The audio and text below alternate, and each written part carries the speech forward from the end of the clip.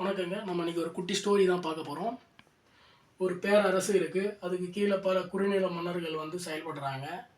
எல்லா குறுநில மன்னர்களையும் அவங்களால கண்ட்ரோல் எடுக்க முடிஞ்சது. அவங்களுடைய கட்டுப்பாட்டுக்கு கீழே எல்லா அரசும் வந்து ஓரளவுக்கு அவங்களுடைய ஆட்சி நடத்த முடிஞ்சது. ஓரளவு சிறப்பாக செயல்படுத்த முடிஞ்சது. ஆனால் ஒரு ஒரு அரசாங்கத்தில் மட்டும் வந்து சரியாக செயல்படுத்த முடியலை. அப்போ அந்த அரசாங்கத்துக்கு தேவையான நிதி போதான்னு செக் பண்ணுறாங்க.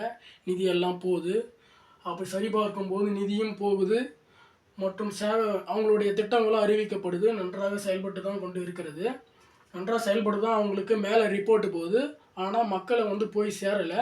அந்த பேரரசனுடைய அதிருப்தி வந்து எப்போதும் கீழே இருக்கிற அடித்தட்டு மக்களுக்கு வந்து வந்து மிகப்பெரிய வந்து ஒரு முரண்பாடு இருந்துக்கிட்டே இருக்குது. அந்த அந்த முரண்பாடு என்னன்னு வந்து வந்து அவங்களுடைய அவங்க மேலே இருக்க மேல்மட்ட அவங்க அமைச்சர்கள் வந்து ரிப்போர்ட்டு போகுது. அப்போ வந்து கீழே இருக்கிற இந்த ஒரு குறுநில மன்னர்கள் வந்து என்ன பண்ணுறாங்கன்னா, குறுநில மன்னர்கள்லாம் அவங்க கண்ட்ரோல் எடுக்கிறாங்க. கண்ட்ரோல் எடுக்கிறதுனால எல்லா நிதியும் ஒதுக்குறாங்க.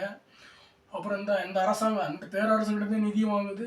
இங்கே ஒரு தனியாக ஒரு நிதியாகவும் வந்து நிதியும் வேறு இடத்துலேருந்து வந்து நிதியை வந்து கடனாகவும் பெற்று, ஆனால் எல்லா திட்டங்களும் செயல்படுத்தின மாதிரியான ஒரு செயல்பாடும் அவங்க வந்து ரிப்போர்ட்டும் கொடுக்குறாங்க இந்த குறுநில அரசு. ஆனால் அந்த பேரரசு வந்து அவங்க ரிப்போர்ட் போகிறது பார்த்தோன்னா அடித்தட்டு மக்கள் வந்து நல்ல ஒரு திட்டங்கள் போய் சேரலை, நலத்திட்ட உதவிகள் சேரலை, ஒரு அதிருப்தி இருந்துக்கிட்டே இருக்குது.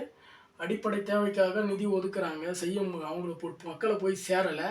அப்போ இந்த குறுநில அரசர்கள் வந்து அவங்களுடைய அமைச்சர்களை கீழே வச்சுக்கிட்டு தான் வந்து எல்லாத்தையும் செய்யும்போது எல்லாமே இந்த அமைச்சர்கள் வந்து அவங்க எவ்வளோ ஒரு திட்டங்களை அறிவிச்சிட்டோம் செஞ்சிட்டோம் அப்படின்னு எவ்வளோ விதமாக அவங்க அந்த நிதியெல்லாம் சுரண்டி வச்சுக்கிறாங்க. அவங்க கஜானாவில் வச்சுக்கிறாங்க. அவங்க தனிப்பட்ட கஜானாவில், அரசாங்கத்து கஜானாவில் வச்சுக்கல.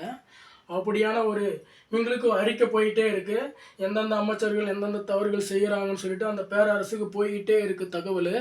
அதுக்கான வந்து அதுக்கான ஒரு ரெக்கார்டை வந்து ரெடி பண்ணிக்கிறாங்க. ரெக்கார்டை ரெடி பண்ணிக்கிட்டு தவறு செய்யவும் விடுறாங்க, அமைதியாகவே இருக்கிறாங்க. சரியான காலகட்டம் வரும்போது இந்த குறுநில மன்னர்களையும் அமைச்சர்களையும் அமைச்சர்களை கண்ட்ரோல் எடுக்கிறாங்க. ஒவ்வொரு ஊர்லேயும் மிரட்டல் விடுக்கிறாங்க. தனிப்பட்ட முறையில் கூப்பிட்டு மிரட்டல் விடுக்கிறாங்க. பேரரசு வந்து அமைச்சர்களையும் மிரட்டல் விடுது. இப்போ அரசையும் கண்ட்ரோல் எடுக்குது. அப்போ வந்து பயப்படுறாங்க. அப்போ தவறு செய்தால் கண்டிப்பாக நம்ம மாட்டிக்குவோம் அப்படின்றது தான் அந்த கதையில் சொல்ல வராங்க. கண்டிப்பாக வந்து தவறு செய்தால் என்றைக்காக வந்தாலும் காலங்காலமாகவும் தவறு செய்ய முடியாது.